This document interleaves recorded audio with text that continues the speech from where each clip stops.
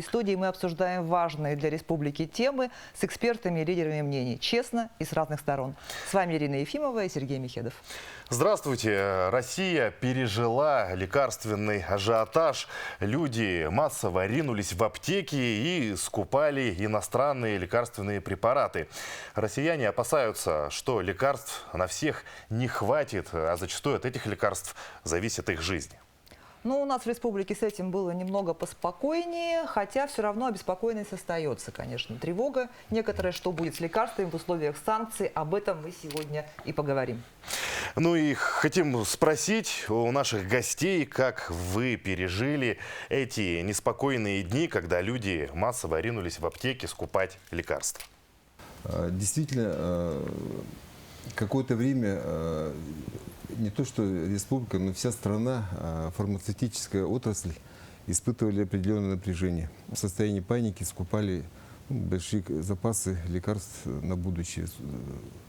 Люди, которые были испуганы ситуацией. Но, тем не менее, на тот момент были включены различные ресурсы государства, направленные на, во-первых, информационный компонент в обществе, и также и ресурсные компоненты были включены в части распределения запасов, в части выработки нормативных актов и мониторинга ситуации в системе маркировки. Поэтому дальнейший ход событий показал, что паника и ажиотаж были искусственные. Ольга Сергеевна, ну вы как фармацевт. Наше предприятие ТАО «Сахафармация», она в своем составе имеет 30 аптек, 11 из которых расположены в районах республики: Нерюнгринский, Алданский, также Северные Улусы. И большинство наших аптек, они работают по обеспечению, по программе дополнительного лекарственного обеспечения. То есть по этой программе обеспечиваются льготники, инвалиды, дети до 3 лет, люди с орфанными заболеваниями, региональная программа. И поэтому поставки по обеспечению идут согласно контрактам, которые были заключены. Никаких перебоев у нас нет. Ажиотаж у вас был? Ажиотажа у нас тоже нет. Был ажиотаж, но это касается розницы, когда с прилавков исчез эльтероксин препарат, который заказывали даже сюда с России, просили, чтобы покупали. А что это за препарат? Препарат используют люди, у которых идет нарушение гормонов щитовидной железы при заболевании щитовидной железы. Поэтому его не было одно время, но сейчас поступило очень большое количество, и весь ажиотаж, все это мы закроем, все потребности, все это будет. А я слышала, что еще пропадают для диабетиков вот эти вот тест-полоски, приборы инсулиновые. Инсулины, они имеют все заместительную. Если пропадает один, то врач, компетенции врача сделать замену. Мы считаем, что в нашей республике вообще вот обеспечение лекарствами, механизм в целом он отлажен. И я считаю, что вот этот в связи с введением санкций и так далее сильно, вот первое время даже он не сильно повлиял.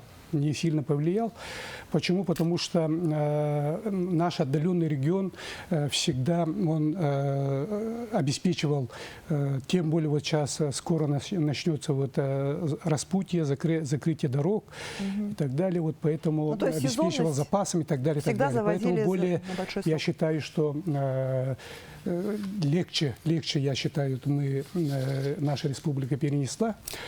И оперативно были приняты законы. Первый закон – это 46-й закон, который совершенствует механизмы как раз-таки устойчивого развития экономики Российской Федерации в условиях вот введенных санкций. Он 8 марта был принят уже. И значит, в этом законе были определены как раз и коснулось и лекарственное обеспечение, в том числе и медицинских изделий, расходных материалов и оборудования. Там более такие меры по облегчению вопросов лицензирования, разрешительных механизмов для регистрации цен, регистрации лекарственных препаратов, ввозимых из-за рубежа. Также программу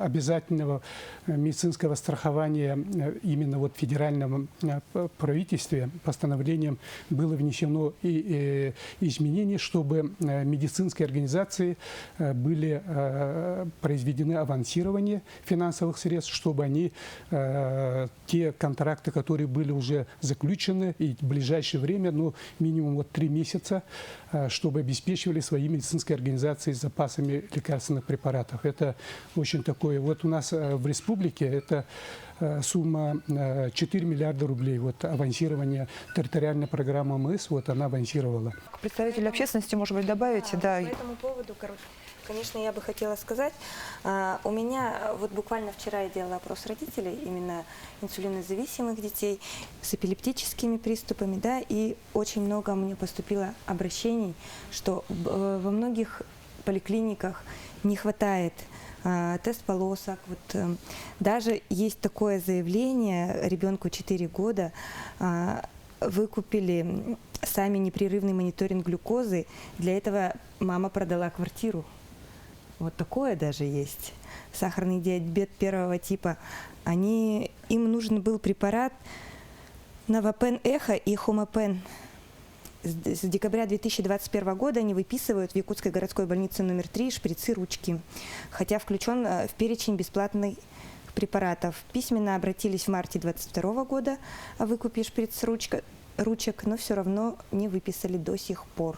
Этого нет. Но такие препараты, они же идут через заявку непосредственно от больницы, Министерства здравоохранения, они уже делают закупки. Ну вот прошло с декабря месяца, сейчас март, как бы, и достаточно уже 4 месяца. Я могу здесь добавить, что заявочная кампания у нас, как обычно, заканчивается в октябре и ноябре, поэтому декабрьская заявка, она пойдет уже как дополнительная. У нас уже на 22 год в октябре, в ноябре сводные заявки уже составляются, уже закупки идут. Поэтому просто надо обратиться, телефон горячей линии у нас есть на сайте Министерства здравоохранения. Можно обратиться и уже... Наверное, будет индивидуально решаться этот вопрос. Мама обращалась много куда, и мы обращалась в Минздрав и на горячую линию. На самом деле у меня очень много таких подобных заявлений. Нет инфузионных наборов на помпу Акучек, нету картриджей, нет полосок перформа. И еще есть такой момент, что выдают просроченные тест-полоски. Такое тоже есть. А эта проблема возникла до введения санкций или с введением санкций она ухудшилась? Она ухудшилась с введением санкций. Дело стало хуже, да? Дело стало намного хуже, да. Это вот с февраля месяца, в основном февраль-март, такие вот проблемы начались. По тест-полоскам можно добавить, что у нас как раз заключен с иркутским производителем, это в части импортозамещения, иркутским производителем именно по глюкометрам российского производства, и тест-полоски тоже должны поступить вот в Сахафармацию. А то, что... И у нас на остатках, можно я добавлю, вот этот иркутский производитель, они есть, сами глюкометры выдаются нуждающемуся бесплатно, и, соответственно, потом уже по рецепту он получает тест-полоски, которые есть в достаточном количестве. А почему их не выдают тогда, если не в достаточном количестве? Люди пишут, каждый день ходят. Но они, наверное, именно того поставщика ищут, вот, например, вы сказали Акучек Перформа, да? Насколько я знаю, уже Акучек Перформа не ввозится, поэтому же идет вопрос импортозамещения именно глюкометров и тест-полосок. Может быть, недостаточно информационно это в поликлиниках, что врачи не... Есть такой момент, что люди, уже привыкшие, например, к использованию одного глюкометра, пусть это будет перформа, то ему, если предложить что-то другое, новое, он как бы недоверчиво к этому относится. Нет, здесь... Обычно, что я все понимаю, это... речь о том, что вообще люди не Это могут российское, поэтому не хотим, дайте нам импортное. Нет, они уже согласны и на импортозамещение, на российские. Это так эти глюкометры, они важно. пошли уже и стали, мы их обслуживаем. Может быть, стоит как-то информировать людей о том, что есть какие-то аналоги, что можно заменить этот иностранный препарат? Да, это, конечно же, работа врачей, клинических фармакологов. Конечно же, проводится такая работа именно по синонимической замене и по дженерикам, потому что действующее вещество одно и то же. Например. Так, вот Олеся, я не очень поняла, не принимают заявки у них или заявки не обеспечивают? Заявки не обеспечивают. Подобная ситуация, когда пациенту не хватает или лекарства, или каких-то расходных материалов, время от времени возникают в связи с тем, что или инвалиды признали вновь инвалидом в этом году, или наступил какой-то такой период, когда, так сказать, партия, завезенная на квартал, закончилась, и переходный период, так называемый. И в таких ситуациях есть разные пути решения. Может больница сама или поликлиника сама закупить именно для этих людей, которым не хватило лекарств, именно отдельными закупками. Бывают случаи, что действительно пациенту на самом деле этот препарат не подходит, не действует или какие-то побочные явления возникают. То тогда решение врачебной комиссии именно этому пациенту рекомендуется именно то торговое наименование. И тогда уже поликлиника закупает именно тот препарат для этого пациента. Вот у нас такие случаи были. После заполнения карты вещей. Да. А вот поликлиника или больница, когда закупает, она за чей счет закупает? Существует два источника, это федеральный и республиканский. За счет федерального финансирования у нас обеспечиваются инвалиды, дети-инвалиды, которых в нашей республике где-то около 62 тысяч человек. Но так как это имеет заявительный характер, у нас около где-то 38% отказываются от льготы и получают деньгами ежемесячно. Поэтому норматив, на каждого инвалида существует норматив ежемесячный, это более 900 рублей на одного человека.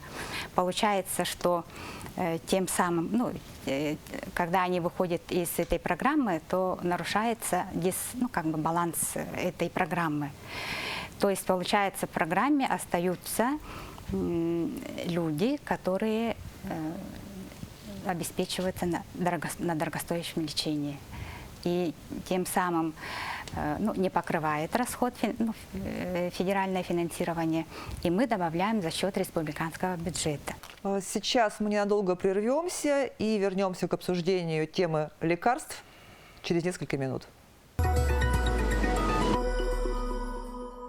То есть, если в любом случае дети-инвалиды должны обеспечиваться бесплатно, что тогда почему там мама вынуждена? Я же говорю, они обеспечиваются из двух источников, поэтому если закончились препараты по федеральной программе, мы их обеспечиваем за счет республиканского бюджета.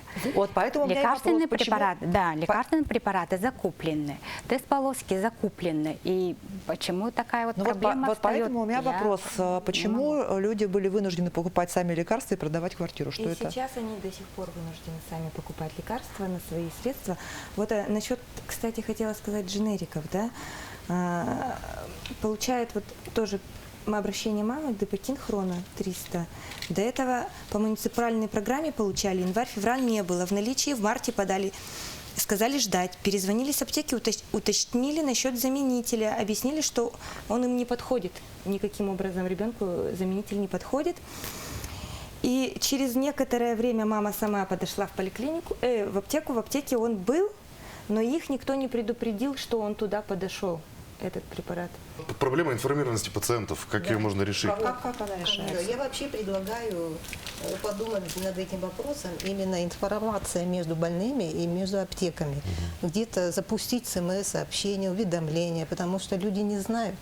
И постоянно ходить туда, в эту аптеку, это очень тяжело, тем более инвалидам и больным. И наше сообщество предлагает как-то наладить информацию между Минздравом, Росздравнадзором и правительством. Потому Ну, что в аптечными аптеке организациями, информации наверное. ноль. Они не знают. И постоянно на вопросы у них ответ не знаю. Давайте я тоже дополню. На самом деле, конечно, здесь большую роль должна играть не аптека и не люди. Люди должны быть уже в конце цепочки, так сказать, потребителями. Здесь первичная медико-санитарная сеть, поликлиники, врачи, медсестры участковые должны отрабатывать по поводу лекарственного обеспечения. То есть они должны быть на связи с пациентами. То есть с поставками у нас все нормально, лекарства в наличии есть. Проблема, получается, в информированности. проблема Люди не знают, что решаемая. препарат поступает в аптеку и вообще стоит ли туда идти и покупать. Да, Когда проблема пациент решаемая. приходит в аптеку с рецептом, если нет данного препарата, рецепт оставляется на обеспечение, берется номер телефона. При поступлении мы подаем заявку через базу ТМРАС, у нас такая есть база, по которой работает аптечная сеть. Делаются закупки, если их недостаточно. Они закупаются, товар поступает непосредственно по данному рецепту. Больному отправляется СМС-сообщение, на которое он даже в течение 3 месяцев он не может не среагировать и не прийти. У нас также У нас лежат. оповещение есть, СМС. Есть СМС-оповещение. Мы Видите, даем первый раз СМС, слышу. потому что За звонить столько лет. как бы... Я тоже не слышала. Но для ни этого разу. нужно с рецептом подойти. У нас есть свой корпоративный 100 раз телефон. По подходили. телефону мы отправляем СМСки. И у нас можете прийти и посмотреть, какое количество отложенных рецептов просто лежит, не рецептов, а препаратов, подготовленных для выдачи. В случае, допустим, отсутствия этих лекарственных препаратов у нас, ввозимых из-за рубежа, импортных лекарственных препаратов, сейчас муниципальным и государственным предприятиям, то есть нашим больницам, они имеют право закупать у единственного источника. Там и годовой авансирование, вот я об этом уже сказал, годовой объем финансирования может заранее уже авансироваться в этой медицинской организации. И, значит, до 1 миллиона рублей сейчас у единственного поставщика можно произвести закупку лекарственных препаратов, изделий медицинского назначения, расходных материалов. Это очень серьезное такое подспорье. И уже Министерство здравоохранения в этом направлении уже начали работу, уже работают. Но мы сами пользуемся, являемся людьми, которые На пользуются. словах-то это все На хорошо, словах а это на все очень практике красиво, это все а на практике красиво, а на я ни разу не практике-то получала нету этого, на практике нет. сообщений. Мы так работаем. Я говорю Нет, за мы свою же аптеку. говорим про это сахафармация. Ага. Это не все аптеки, это сеть Я говорю за сахафармации. свою. И, например, в Москве есть очень удобный там сайт «Единая сеть аптек». Там можно сразу посмотреть, какой препарат в какой аптеке есть, сколько его в наличии, тут же позвонить, отложить, если нужно.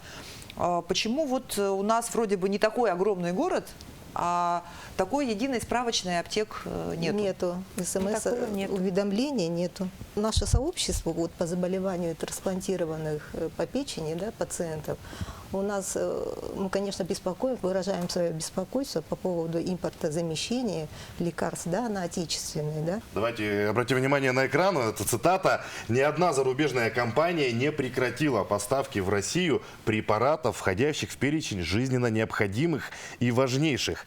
На сегодняшний день 2/3 лекарств в натуральном выражении производятся на территории страны». И у нас возник вопрос. У нас же жизненно важные лекарства это противовирусные и, естественно, иммуносупрессанты. Иммуносупрессанты в виде отваграфа, он же имеет производство Ирландии, У меня вопрос руководителям структур Минздрава, Росздравнадзора, правительства. Как будет прорабатываться этот вопрос насчет этих лекарств? Именно импортозамещение. Потому что нам менять лекарства ни в коем случае нельзя. Кто годами уже пьет это лекарство, понимаете? И эти противовирусные препараты. У нас уже был случай, когда в 2013 году заменили лекарства на дешевый дженерик Такралимус Тева. Заменили, естественно, мы стали принимать, и у некоторых ухудшилось состояние здоровья. это была правда. Мы тогда подняли панику, ну, конечно, стали беспокоиться, извините меня. Естественно, дошли до президента республики, и, естественно, он нам помог. И вот как сейчас Отвагров нам закупается? Я вот хотела это спросить. Ну вот, пожалуйста, хотим услышать ответ. Да, Что люди против импортозамещения, что им нужен только оригинальный препарат. Нет, по данному вопросу, да, я могу ответить, что это программа 14 ВЗН, по которому лекарственные препараты централизованно поставляются с Министерства здравоохранения Российской Федерации. То есть это 14 высокозатратных нозологий, ну, то есть само понятие говорит, да, о том, что это очень дорогие лекарственные препараты, которые для всех пациентов Российской Федерации закупает Министерство здравоохранения Российской Федерации. Поэтому на этот 22 год государственный контракт на Отвагров он заключен. Более того, лекарственные препараты поступили пока на полугодие, и дальнейшее поступление тоже ожидается после заключения государственного контракта второго этапа. Поэтому Отвагров в этом году будет обеспечен. В то же время, как утверждает министр здравоохранения Российской Федерации Михаил Альбертович Мурашко, тоже решается этот вопрос по поступлению, по непрерывному поступлению таких препаратов жизненно важных из, логистически уже схема будет изменена, но в то же время будут поступать эти препараты. Потому что нынче с этим препаратом опоздали на 2 месяца. И тогда наши запаниковали.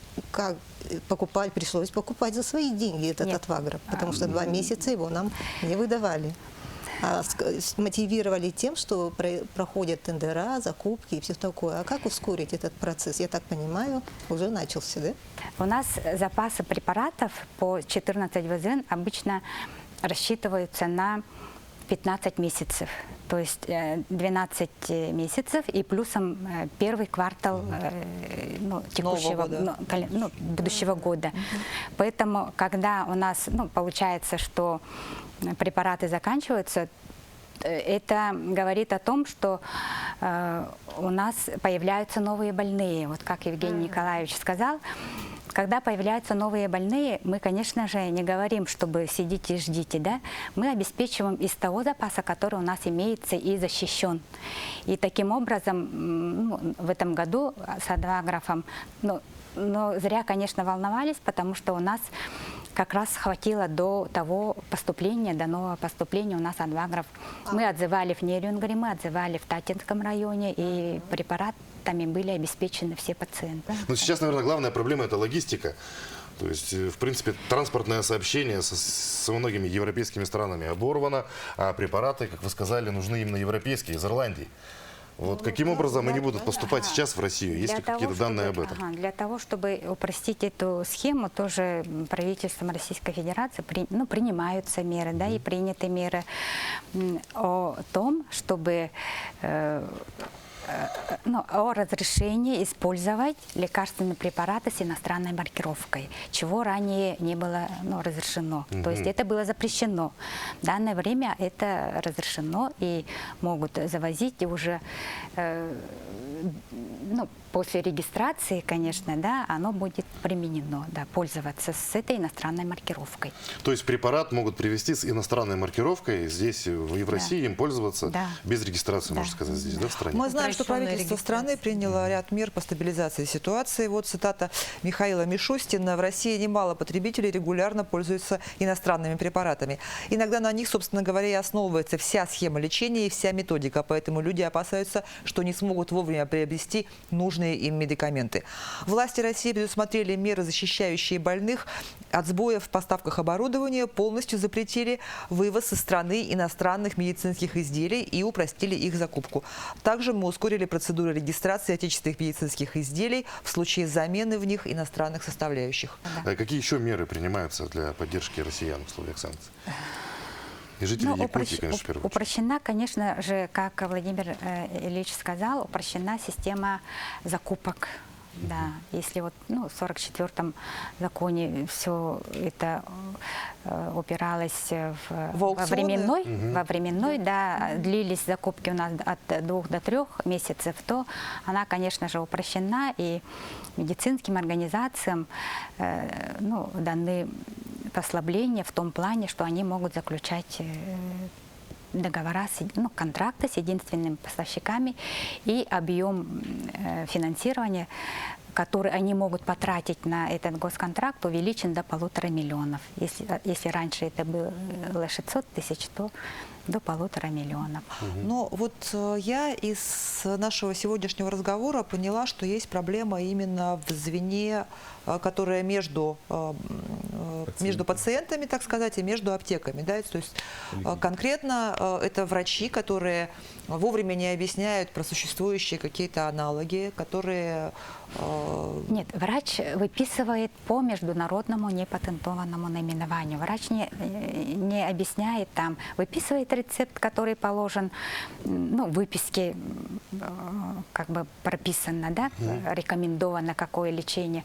Она выписывает рецепт по международному непатентованному наименованию, то есть по действующему веществу. Какой препарат есть в аптеке, конечно, уже там их зависит может быть несколько торговых наименований. Тот же Дипакин, он может быть и вальпроевой кислотой, просто идет как вальпроевый, вальпроат, энкарат. Сейчас короткая пауза, вернемся буквально через пару минут к обсуждению нашей темы. В это время, пока спадает ажиотаж и паника, количество предложений уменьшилось. Поэтому конкуренция иногда не получается. Чтобы в таких условиях хотя бы людей, население наше обеспечить лекарствами, пришли к такому решению, что бесконкурентная торговля. То есть это временное решение какое-то? Это временно все. Я хотела бы еще рассмотреть одно заявление родительницы, да. У них постоянная проблема с противоэпилептическими препаратами, хоть и есть приказ от Минздрава, что их препарат включен в жизненно важные препараты. Постоянно покупаем сами до сих пор. С вводом санкций наш препарат вообще взлетел в цене и в наличии редко бывает у перекупщиков. Потом возврат сделать по ним невозможно. Мы принимаем суксилеп. Вроде как получила положительный ответ из Минздрава. Вроде закупку от нашей поликлиники сделали, но так до сих пор и не получили. Рецепт сдали в аптеку, там он и лежит до сих пор. Поликлиника номер 2 на 202 микрорайон. На закуп подавала невролог. Это как раз Сахафармация. Региональный склад Сахафармация необходимо выписать рецепт по месту прикрепления для медицинского обслуживания и сдать прикрепленную аптечную сеть. Это пишет Минздрав. С марта ответы она получает, и вроде бы все поступило, но Сахафармация вообще не в курсе, ничего не получали. Рецепт так до сих пор лежит в аптеке. И эти обращения я могу вам передать. И вообще, когда случаются такие проблемы, я вам рассказываю конкретные случаи, конкретных людей. Это не бумажки, которые мы подписываем, это люди с их жизнями, которыми это жизненно необходимо. И как им быть в такой ситуации, куда им обращаться? Обращения мы отрабатываем. И Министерство здравоохранения, и мы, конечно, получаем и от территории. Нет, вы же говорите, прикрепленная аптека. Есть такое понятие? Нету. Есть такое понятие. Каждая поликлиника прикрепляется к отдельной аптеке. Если это 202, это медцентр города Якутска. Аптечный пункт. Там он так до сих пор и лежит, а препарата до сих пор нет. Это с января месяца. У нас тоже такая проблема. С суксилепом вообще проблема была. Его снимали с оборота Российской Федерации. Именно как суксилеп. А как быть им? Ей обращаться в медцентр по месту выписки рецепта. Там сотрудники этой аптеки, они в любом случае дают заявку на региональный склад. И если он поступил на региональный склад, то им отгрузка будет, и они получат этот препарат. Через сколько?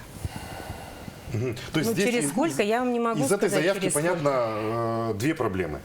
одна проблема, то есть препарат, его не хватает, этого препарата, или в России его перестали производить, и аналога пока скорее нет. всего, И это непонятно, дженерик. какой Нет, аналог это не брать, да? суксилеп, это дженерик.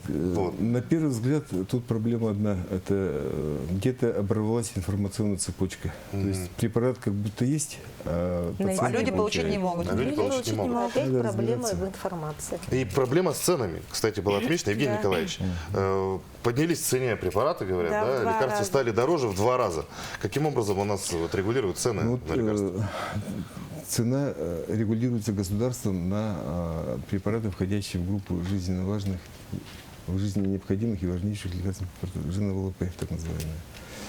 И зависит цена от цены, которая зарегистрирована у производителя или поставщика в страну. Потом идет оптовая торговая надбавка и розничная торговая надбавка. И все это в сумме формирует в конце в аптеке перед пациентом уже финальную цену розничную. И она может зависеть от этих всех 3 этапов. То есть по какой цене завезли, по какой цене произвели и привезли сюда, зависит цена препарата. И поэтому, когда мы разбираем вопрос ценообразования, то мы именно контролируем не превышение этих торговых надбавок, потому что на цену поставщика или производителя мы повлиять не можем. И вот от этого зависит цена препарата. И, кроме того, если лекарственный препарат не входит в этот перечень ЖНВЛП, то цена уже регулируется Она не рынком. фиксирована. Она может быть зашкаливать. Вот я уже приводил пример. Грипферон в каплях входит в перечень ЖНВЛП. У него цена фиксирована где-то около 300 рублей, плюс-минус. А гриферон в форме спрея, он не входит в этот перечень. У него цена там около 1000 была, вот когда вот ковид у нас бушевал. И вот мы сейчас вот с самого начала вот этой эпопеи наблюдаем за ценами, за динамикой роста цен. И если от 1 февраля, вот где-то примерно мы начали мониторить с конца февраля, первые 3 недели шел рост. Где-то еженедельно 2, 3, 4, 5, 6% было по разным ценовым группам. То вот последнюю неделю мы видим уже хорошую тенденцию. Уже за неделю понижение цен на 0,8%, где-то на 9%, где-то на 2% снижение розничной цены. То есть постепенно обратно Да, идет то есть процесс, да? процесс сейчас идет к изделению, так сказать. И есть сейчас такое мнение, что, скорее всего, одной из причин проблем на фармрынке это было то, что поставщики, дистрибьюторы при росте курса валют выжидали и не пускали препараты лекарственные на рынок.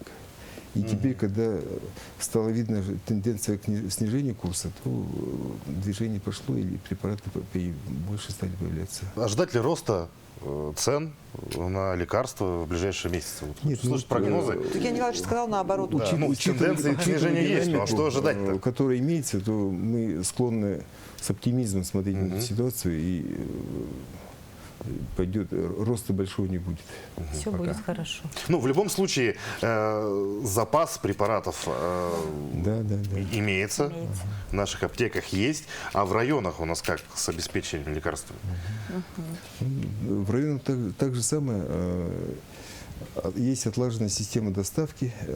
Кроме того, уровень цен также контролируется. Есть предельные торговые розничные надбавки для разных зон республики. Допустим, центральная группа районов – это одни торговые надбавки, а арктическая группа – это более высокого уровня торговые надбавки. Поэтому препарат, конечно, закономерно уже по нарастающей идет по цене при движении на север. Но надо сказать, что вот здесь вот целый ряд проблем в настоящее время обсуждается на самом высоком уровне республики, на уровне правительства или Тюмена. Рабочие комиссии, вот мы недавно вот собирались с Госкомцен, УФАС, Минздрав, как раз вот разрабатываются механизмы по сдерживанию возможного роста цен на препараты именно в отдаленных районах. населенных пунктах. Это один момент. Второй момент, отрабатывается вопрос оптимизации логистики, то есть транспортных расходов для аптек. И третий момент – это вопрос рассматривается обеспечение населения в тех поселках, где даже аптек нет. И вот в этих поселках торговля будет обеспечиваться, организовываться за счет работы на ФАПах и амбулаториях врачебных. Но для этого сейчас изыскиваются финансовые средства. А так все ФАПы и амбулатории уже лицензии в таких поселках имеют. Вот я хотела бы дополнить от родителей, да, с города Нерюнгри. Тоже бесплатно все время не выдают в аптеках, потому что у них нет каких-то договоров с аптеков. Это Нерюнгри и Хангаласский. Также не выдают, либо выдают плохие иглы 5 мм для шприца, а в аптеках нету только 8,6 мм для шприцов иглы.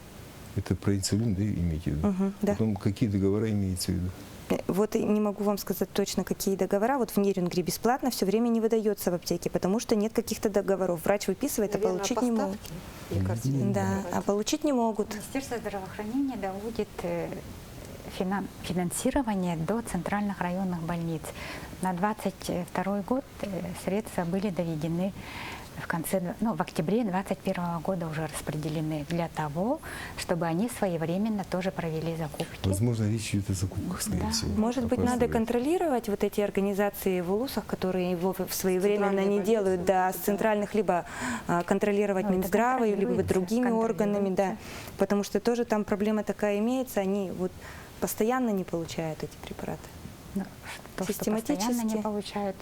В Нерюнгри, по крайней мере, обращений в этом году не было. Да. До этого, в 2020-2021 году у нас обращения, конечно же, были. Но так как в 2021 году там и осенью были выделены финансовые средства, которые были доведены до медицинских организаций, и у них даже переходящий остаток остался на 2022 год, поэтому таких проблем, единичная проблема это может быть, конечно. Может быть, все-таки, нужно действительно как-то контролировать, либо какое-то взаимодействие, чтобы не было таких проблем, потому что вообще очень действительно по обращениям кажется, что проблем действительно много. Но у нас существует горячая линия 122 или 8 800 114 03. Все звонки, которые туда поступают, передают нам, которые мы отрабатываем. А в какой срок вы их отрабатываете? Нет, у нас даже 30 стоит 30 дней, а если которые срочные, даже в тот же день отрабатываются. Вообще, я именно для этой передачи вчера провела мониторинг. То есть они специально, то есть вообще нужно понимать, что родители детей с инвалидностью – это такая категория граждан, которые не кричат о своих проблемах постоянно. Я вчера просто специально спросила, у кого какие проблемы с лекарственными препаратами. И сегодня я пришла к вам с теми проблемами, которые мне описали родители по моему запросу. Хорошо. Конечно. Давайте будем разбираться. Детям помогать. Вы теперь этот список передайте в Минздрав и уже сами прокурируете. Да. Как отреагируют. Очевидно, что должно быть какое-то единая аптечная сеть, единое какое-то окно, куда люди могут обращаться. Я бы вообще посоветовала вашим родителям писать в госуслугах. Там есть форма обращения, и тогда она фиксируется через... В данное время телефон горячей линии 122 тоже принимает коллеги, вопросы. Каналов для запросов очень много. Нет, каналов... Начиная с госуслуг, есть у нас Центр управления регионом, ЦУР, который решает все проблемы. Потом можно на сайте обращаться. Есть One Click Якутия, понятно, конечно. Каналов много, но решения нету, да. Я пока сейчас не готов комментировать глубоко. Мы после эфира с вами пообщаемся, все контакты возьмем. Конкретно пофамильно, да. Давайте так договоримся, вы все передаете нашим гостям. Кроме того, мы очень хорошо работаем с ЦУРом сами. И поэтому параллельно я у вас сниму копии и передам нашему региональному ЦУРу в Якутии, чтобы они взяли на контроль эти ваши обращения. Хоть какие-то проблемы, проблемы конкретных людей, я надеюсь, нам удастся решить с помощью сегодняшней программы. Какой-то части мы людей поможем, но все-таки, насколько мы слышали от Минздрава, можно звонить на горячую линию, обращаться туда. В течение 30 дней любой человек, который обращается, получит обязательно ответ. Ну и также можно писать в социальные сети, разрешенные ныне ВКонтакте и Одноклассники, потому что все обращения в социальных сетях мониторит Центр управления регионом и таким образом берет на контроль. Можно даже ставить хэштег ЦУР к своему обращению. И писать госуслуги, OneClick Якутия. Да, обращаться, слава богу, есть куда. Ну, на этой мысли мы закончим нашу передачу. Это была программа «Якутия Лайф». Смотрите нас и по будням. Расскажем, чем живет Якутия.